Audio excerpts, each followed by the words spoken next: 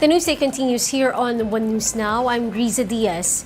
The first ever Metro Manila Walk to End AIDS by 2030 was held in the Quirino Grandstand earlier today. Here's the report.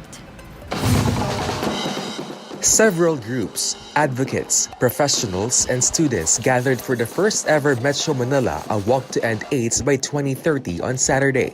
About 1,000 individuals from different cities attended the Unity Walk held at the Quirino Grandstand in Manila.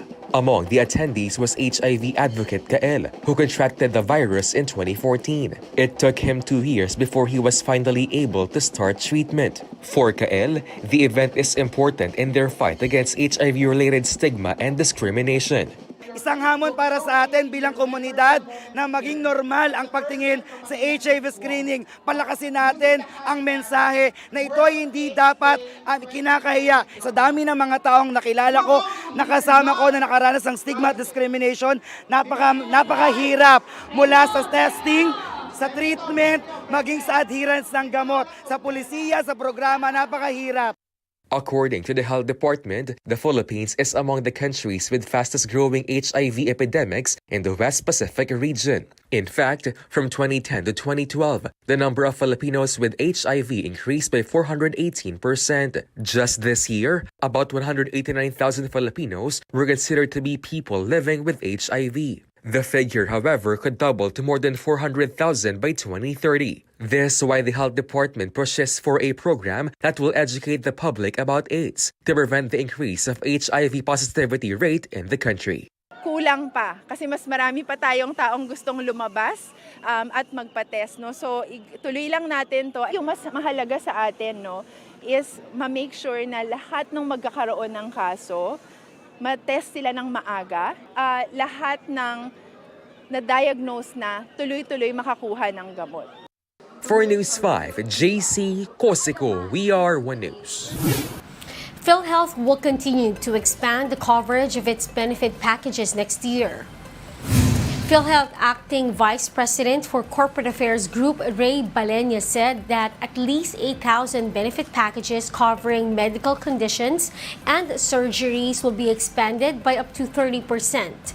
He explained this is so that they could cushion the impact of inflation on the medical fees of their members. The state insurer previously expanded its coverage for dialysis patients from 90 sessions to 156 sessions, as well as its coverage for stroke patients. So masasabi po natin na bulto kung hindi man lahat ng compensable medical conditions at mga surgical procedures, no? Mahigit sa 8,000 medical conditions and surgeries yan in all.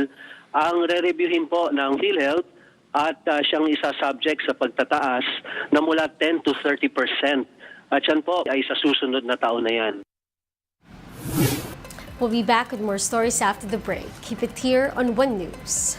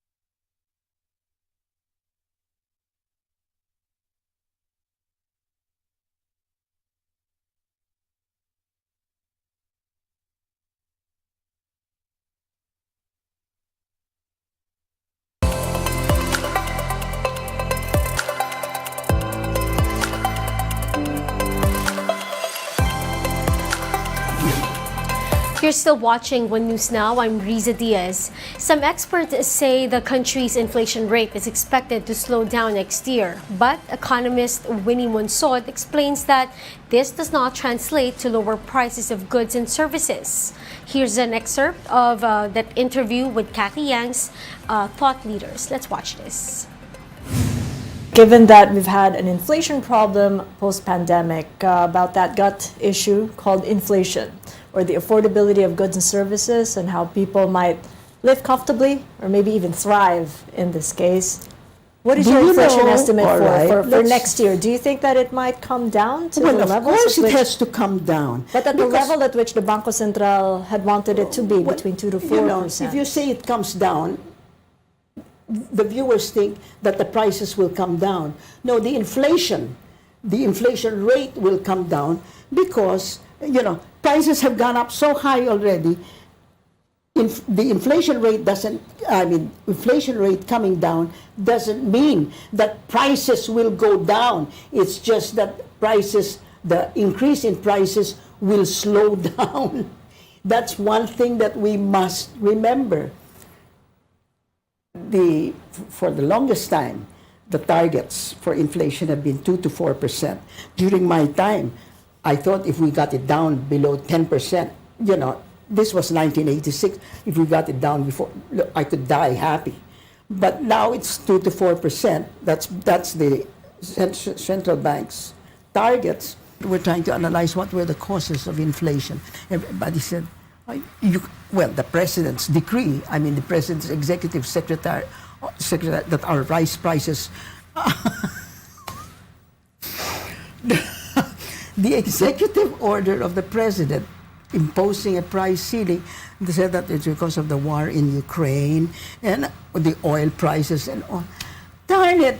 The inflation was because of what happened to onions, what happened to sugar, what happened to rice, for heaven's sake. And he exacerbated the problem with rice. Because, for heaven's sake, we knew that September to December would be the harvest. So what was he doing? Putting a price ceiling. I can't believe it. If it did not hurt the economy, I would not mind. Because I said, prices were going to go down. But he had to bring out all this money to so-called help the traders who were going to be caught because they had bought at a higher price. And remember, they had bought at a higher price and they had to sell at the price ceiling. Well, how much did that cost the government? It cost something like 4 billion pesos. And then so much money was spent on trying to help the traders. All they had to do was just let it go because harvest would come in and prices would go down. Unbelievable. Unbelievable. Let's now take a quick look at other stories we're watching. The Immigration Bureau says there is no special directive to ban probers from the International Criminal Court from entering the country. The government is currently studying its position on the ICC's Jaguar probe. An Octus survey shows that the Education Department is the most trusted and top-performing government agency in the third quarter of 2023. The DPWH, DOH, DSWD, and CHED also rated high in the survey.